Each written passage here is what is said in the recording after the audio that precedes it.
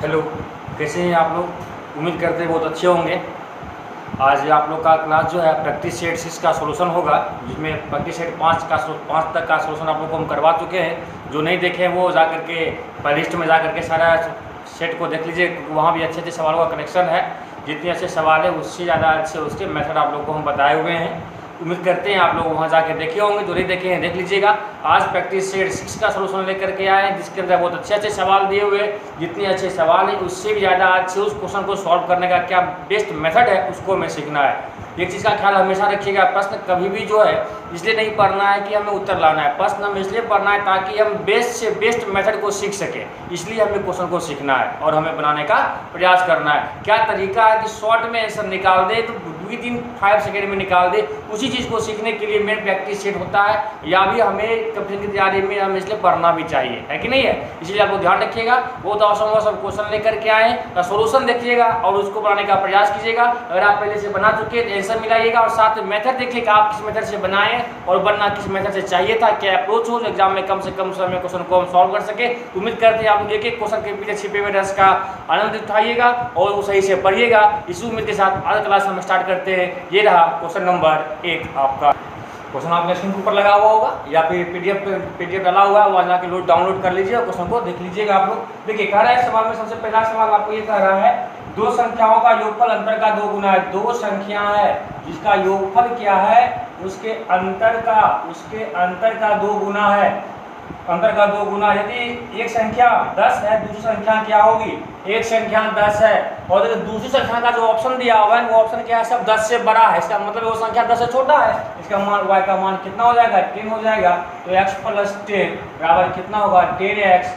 10 जितने हो जाएगा, यहाँ पे 2 से मल्टीप्लाई कीजिएगा, 2x - 20, x उधर ले आएंगे, x बराबर 30। मतलब क्या हो गया? वह संख्या कितना हो गया? x बराबर 30 आपका उत्तर होगा। तो पूछा क्या गया है तो दूसरी संख्या का मान क्या होगा?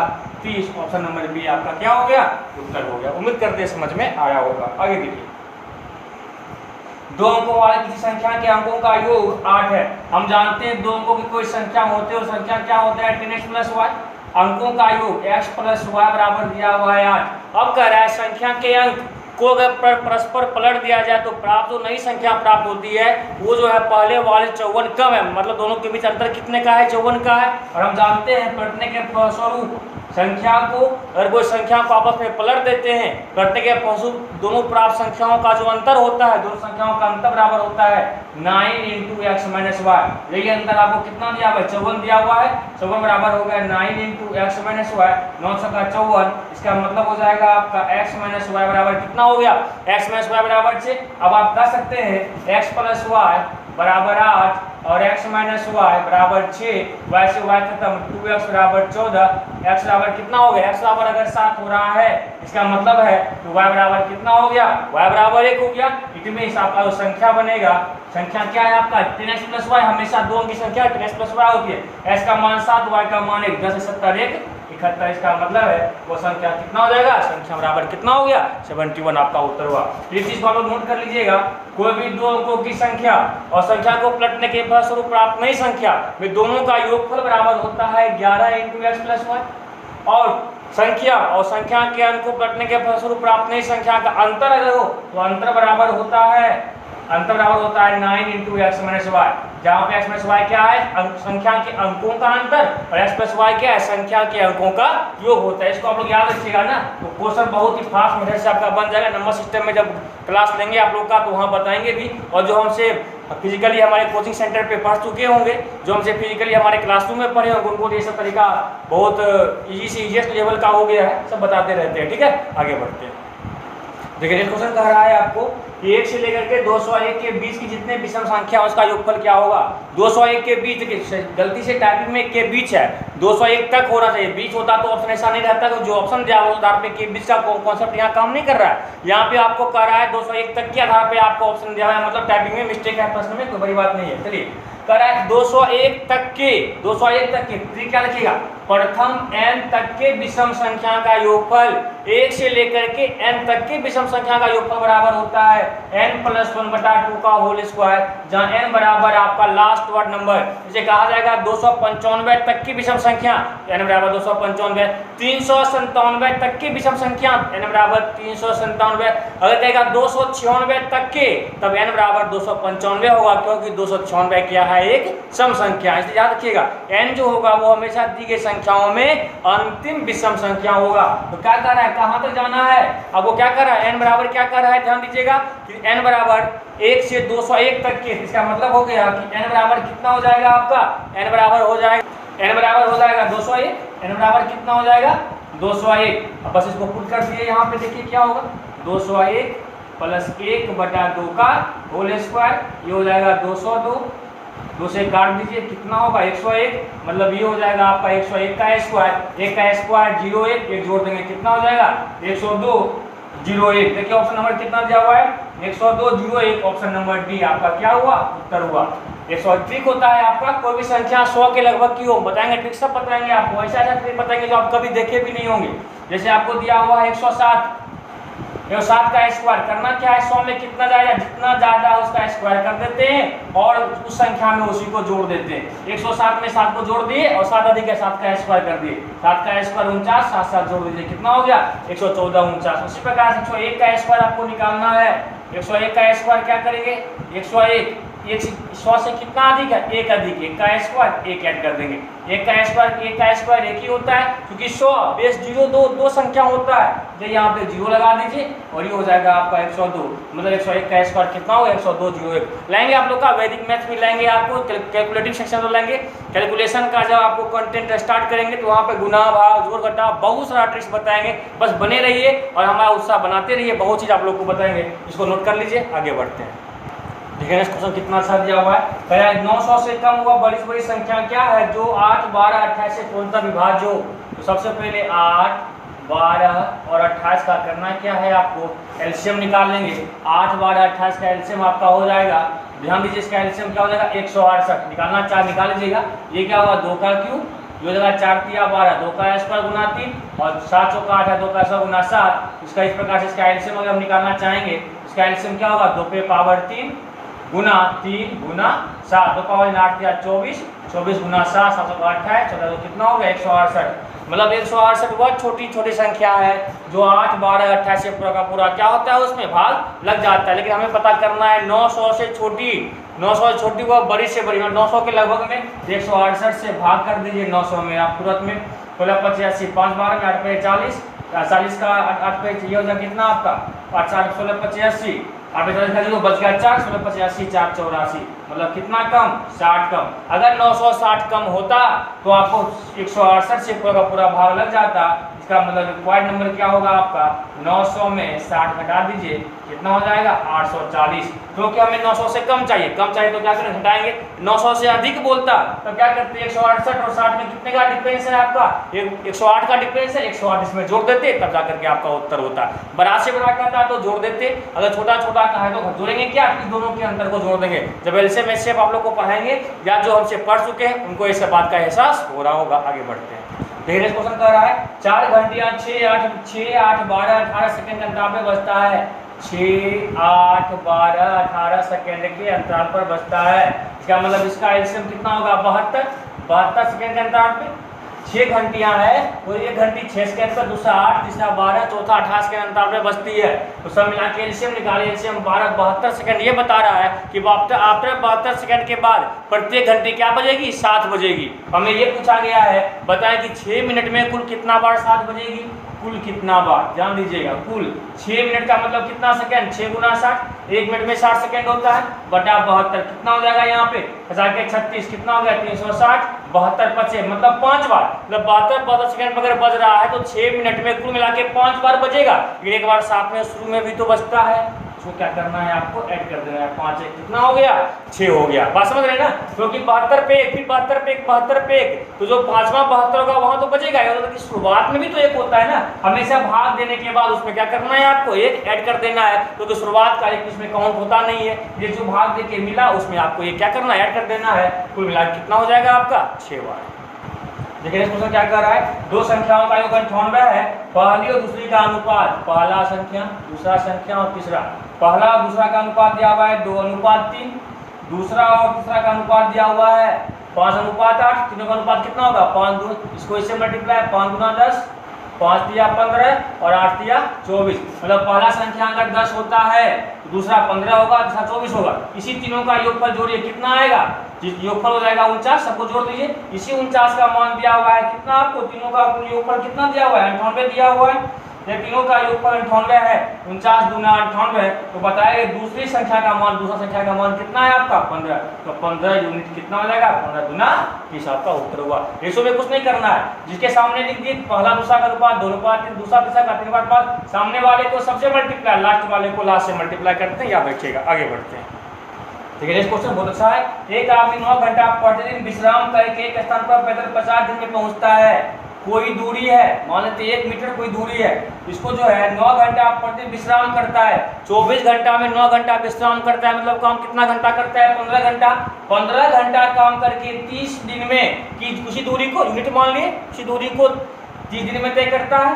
फिर प्रश्न में कह रहा है यदि वह अपनी चाल को दोगुना कर दे, देखिए स्पीड यहाँ जो भी था स्पीड 1 था, चाल को दोगुना कर रहे हैं, चाल को दोगुना कर दिया गया, कहीं स्पीड को दोगुना कर दिया जाए और दोगुना विश्राम भी करे, विश्राम जो पहले 9 घंटा कर रहा था अब विश्राम करेगा 18 घंटा, और 18 घंटा विश्राम कर रहा है मतलब काम कितना देर कर रहा है 2824, 6 घंटा काम कर रहा है, 6 घंटा काम कर रहा है करता है, तो बताएं कि तो उससे दोगुनी दूरी, पहले दूरी 1 यूनिट था, अब दूरी कितना यूनिट है, दोगुनी दूरी को कितने दिन में तय करेगा, मान लिया कितना दिन में तय करता है तो 1 दिन में तय करता है। फिर समझिएगा, कह रहा है कोई व्यक्ति जो है 1 दिन में 9 घंटा का आराम करके, 9 घंटा आराम करता है, मतलब काम कितना घंटा 15 घंटा काम करता है, 15 घंटा काम करके किसी काम को 30 दिन में किसी काम को 30 दिन में करता था, लेकिन आप क्या कर रहा है अगर स्पीड को दोगुना कर देते, एफिशिएंसी ऊपर होता है, टाइम एंड वर्क की कहानी बताए होंगे आप लोग को, एफिशिएंसी जो भी था उसका दोगुना हो जाएगा एफिशिएंसी, दोगुने एफिशिएंसी से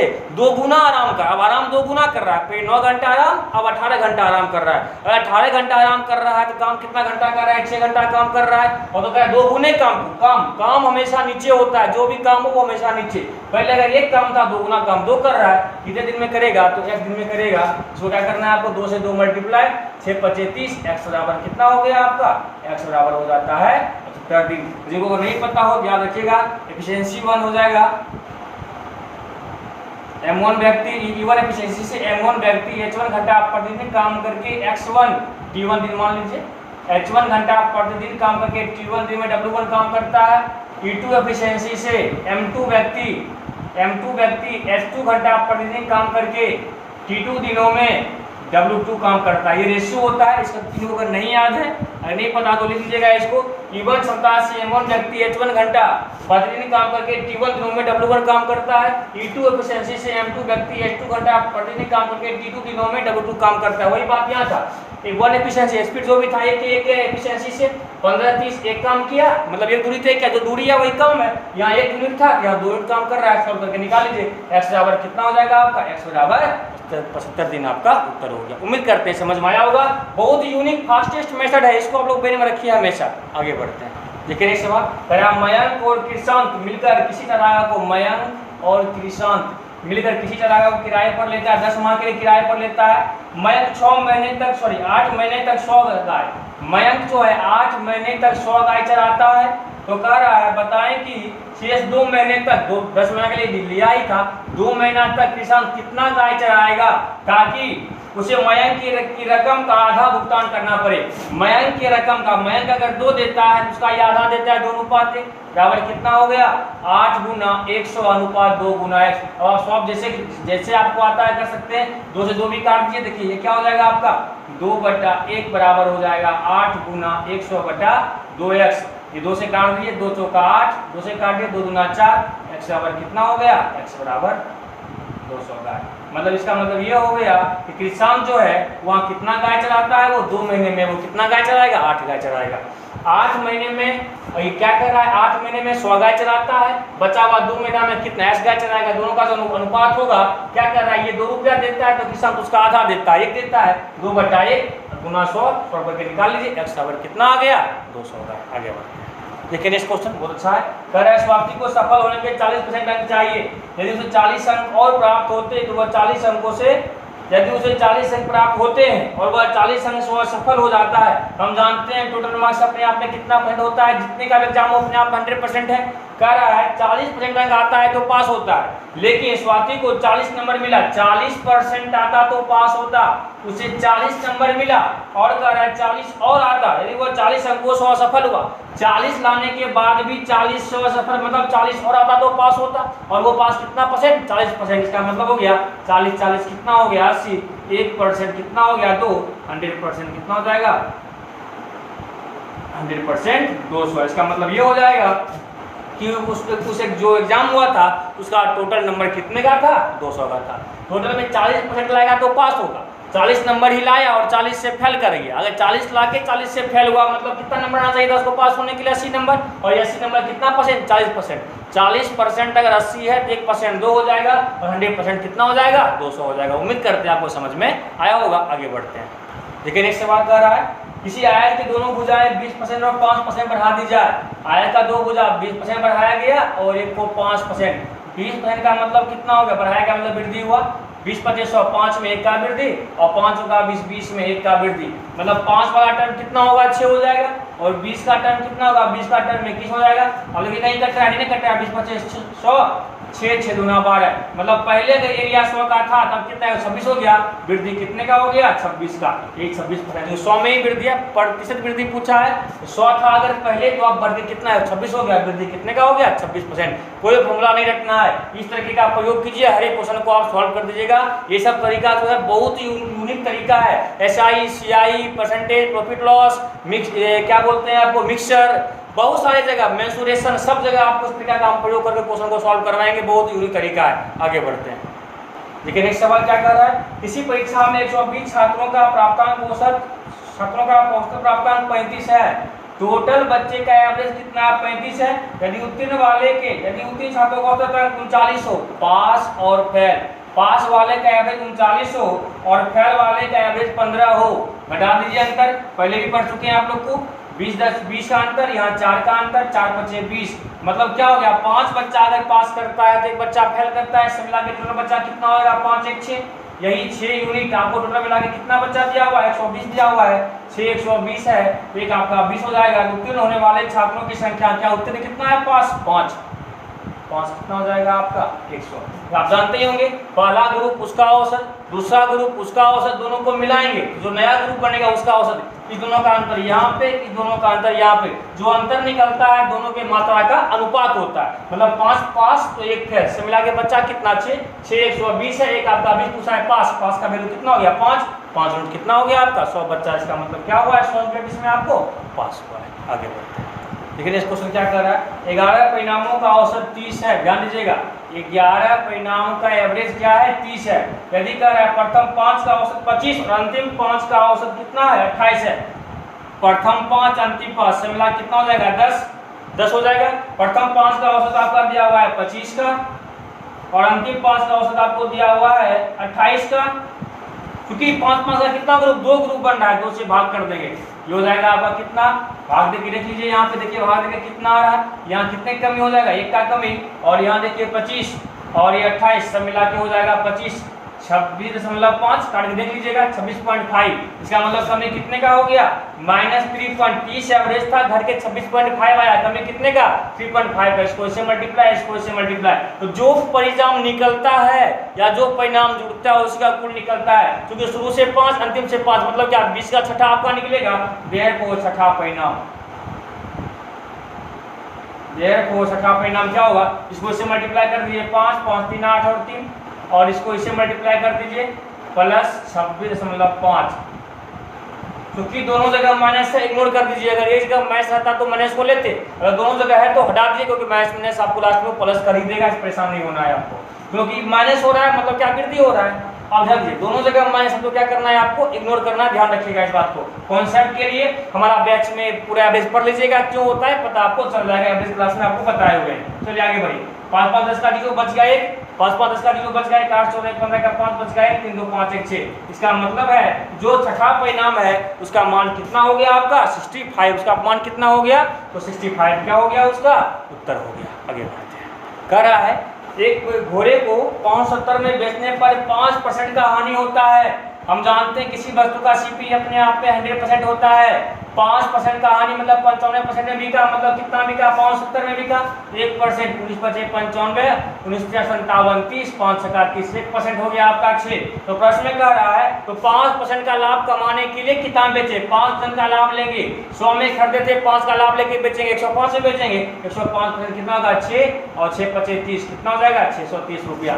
5% का हानि 100 में खरीदे 5 का हानि 95 में बेचे, 100 में खरीदे 5 का लाभ कितना हो जाएगा आपका 100 में 100 का लाभ कितना हो जाएगा 100 प्लस 5 105%। 95% में जब था तो 570 था, 5% के लाभ में मतलब 105% में बेचेंगे तो तब की वस्तु कितना में बिकेगा 630 में बिकेगा। उम्मीद करते समझ में आया होगा। आगे बढ़ते हैं। देखिए बहुत अच्छा प्रश्न है। कह रहा है 20 वस्तु के लिए जितनी रकम अदा की उसमें से 16 वस्तु में बेचता हूँ। मतलब जितना रुपया में 20 वस्तु वो खरीदा था जितने रुपया में उतने रुपया में 16 वस्तु को बेचा, 4 वस्तु भी बचा हुआ उसके पास। मतलब ये हो गया कि 20 वस्तु का जो सीपी है वह 16 वस्तु के एसपी के क्या है बराबर। जितना रुपया में 20 वस्तु को खरीदा उतने रुपया में 16 वस्तु को बेच दिया। इसका मतलब ये हो गया कि 20 वस्तु का सीपी बराबर 16 वस्तु का एसपी। 4 से 4 का 16, 4 पचे 20, तो सीपी बटा एसपी बराबर कितना होगा 4/5। 5 में 4 में खरीदे थे 5 में बेचे, प्रॉफिट कितने का हो गया 1 का, तो परसेंटेज प्रॉफिट 4 में 1 का प्रॉफिट तो 100 पे कितने का प्रॉफिट कितना परसेंट हो जाएगा। इसका मतलब है पूरे व्यापार में कितने परसेंट का लाभ हुआ तो 25% का लाभ हुआ। 20 वस्तु का सीपी 16 वस्तु के एसपी के बराबर है, दोनों को बराबर कर दिए, 100 करके निकालिए। 4 सीपी तो 5 एसपी, 1 का प्रॉफिट। 4 हमेशा लाभ हो या हानि हमेशा क्रयमूल्य पर होता है, इसको आप लोग याद रखिएगा। तो जगह 4 में 1 का प्रॉफिट तो 100 पे कितने का 25%। आगे बढ़ते हैं। लेकिन इस क्वेश्चन बहुत अच्छा सवाल इंस्टॉलमेंट का है। कह रहा है 770 रुपये के ऋण को 5 वर्ष में चुकता करने के लिए प्रति वर्ष कितना रुपया अदा करना पड़ेगा यदि ब्याज की वार्षिक दर कितना हो 5% हो। 5% इसका ब्याज दर है, ध्यान दीजिएगा। पहला साल, दूसरा साल। लेकिन इस क्वेश्चन क्या कर रहा है इंस्टॉलमेंट का है।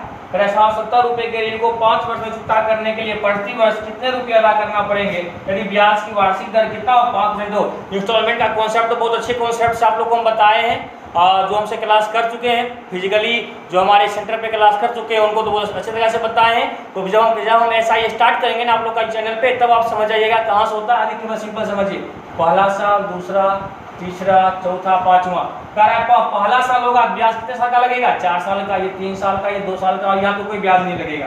और ब्याज दर कितना परसेंट दिया हुआ है 5%। अगर हम जानते हैं किस्त, जो भी किस्त बनता है बराबर किस्त अपने आप में कितना परसेंट होता है 100%। अगर पहला साल जो चुकाएंगे 4 साल का ब्याज देंगे और 5% से ब्याज दे रहे हैं तो 4 साल का ब्याज 5 का 20, पहला साल हो जाएगा 120, अगले साल 3 115, 110, 105 और लास्ट तो केवल हमें किस्ती पेमेंट करना है, उसके बाद कोई वर्ष में बचा हुआ नहीं है। सब मिला के कितना होगा ये आपका 770। जोड़ दीजिए यहाँ पे 1 2 3 4 5 हो जाएगा 5 और यहाँ जोड़ दीजिए कितना होगा 5 5 10, 5 5 10 का 0 बच गया 1 1 1 1 2 2 1 3 3 2 5 1 2 3 4 5 550 सही कितना दिया हुआ है 770। 550% ही 770 है, 0 0 काट दीजिए 11 5 55 11 77। 1 यूनिट का वैल्यू कितना हो जाएगा 7/5। तो कहा है प्रत्येक किस्त कितना है, प्रत्येक किस्त 100 से काट दिए 7 × 14 कितना हो जाएगा 140। इसका मतलब है कि प्रत्येक वार्षिक किस्त कितने का बन रहा है 140 का। अगर वह किस्त वाइज ही पेमेंट करता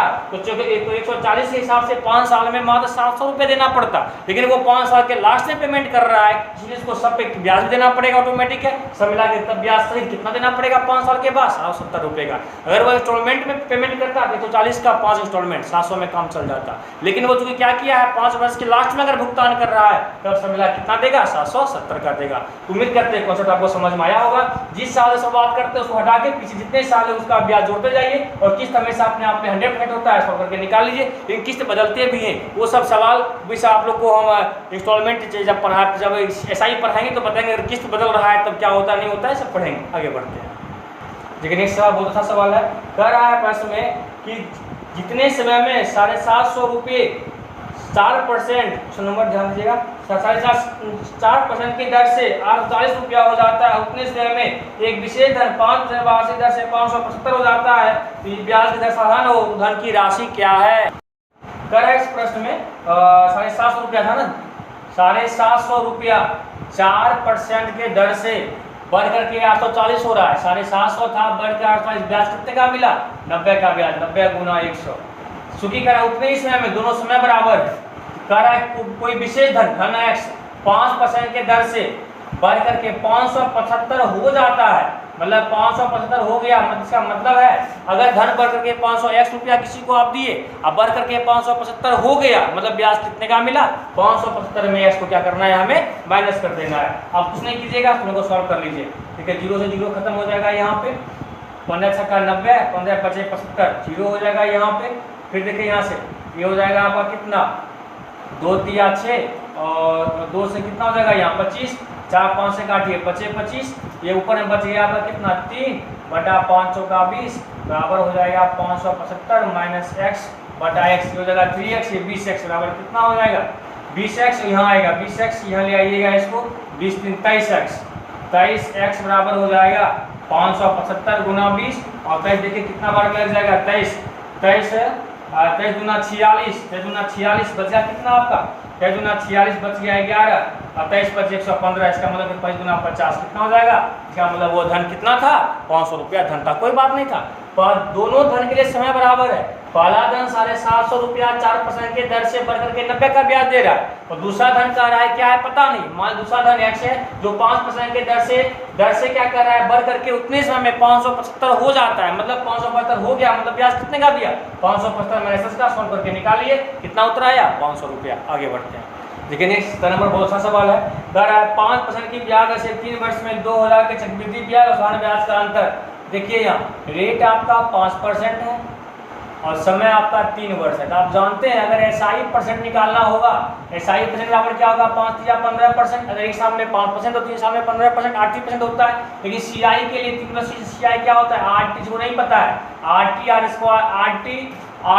स्क्वायर T और RQ, RT का मान कितना हो गया 5 5 या 15 बचे 25 या 75 और 5 का Q होता है कितना 125, 2 अंक रखते हैं आगे बढ़ते हैं, ऐड कर दीजिए कितना होगा 15.7625, 4 अंक के बाद समझ लेते हैं, सब SI CI पर आएंगे तो आप समझ जाइएगा, ये मेंटली निकलता है, आपको समझाना कितना लिख रहे हैं ये मेंटली याद रहता है, 15 था और इतना होगा, दोनों में अंतर देखिए कितने का हो गया 0.7625% का अंतर हुआ, तो निकालना क्या है सवाल में ध्यान से देखिएगा, तो सवाल में कह रहा है धन 2000 है, मतलब 100% जो धन है वो आपका 2000 दिया हुआ है, 1% कितना हो गया आपका 20, अंतर कितने का हो गया 0.7625% का अंतर है, 0 25 गुना 50 6 में 5 तो बच गया 7 में 14 1 15, 4 के बाद दशमलव हो जाएगा, इसका मतलब हो जाएगा अंतर कितने का हो गया 15.25 रुपये का क्या हो जाएगा, इसमें अंतर हो जाएगा। तो कुछ नहीं करना है, 5% की दर से 3 साल का SI 5 या 15%, CI अगर निकालना होगा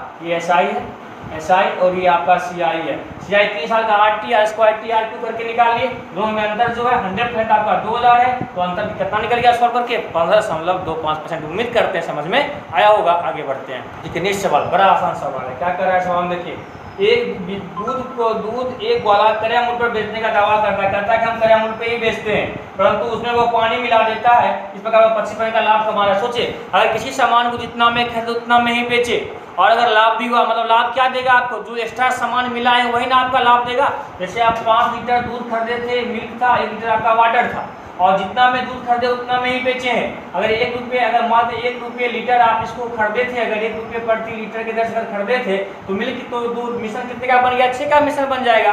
और दूध तो आपको 1 खरीदे 1 से ही बेचे, दूध तो 5 बिकेगा, एक्स्ट्रा जो पानी मिला है वही ना आपका प्रॉफिट होगा। अगर मिश्रण के जो जिस मूल्य पे खरीदे उतना मूल्य पे ही बेच रहे हैं, जो भी प्रॉफिट देगा वो क्या देगा, जो एक्स्ट्रा पानी आप मिला रहे हैं वही आपका वो क्या देगा, प्रॉफिट देगा आपका, मतलब मिलाया गया पानी ही आपका क्या है, प्रॉफिट है। तो समझ जाइए यहाँ पे मिल्क और वाटर 25% प्रॉफिट है, मतलब 25% क्या है उसमें वाटर है, ये 100। अगर 100 मिल्क लिए थे उसमें 25 जो प्रॉफिट है वही आपका वाटर, ये याद रखना। तो 4:1 का मतलब 4 लीटर अगर दूध है, 3 लीटर पानी है, सब मिला के मिश्रण कितने का हो गया 5 का। तो पूछा क्या गया सवाल में ध्यान से देखिएगा, तो सवाल में आपको ये पूछ रहा है तो बताएं कि तो बताया कि मिश्रण में पानी के परसेंटेज क्या होगा, परसेंटेज वाटर।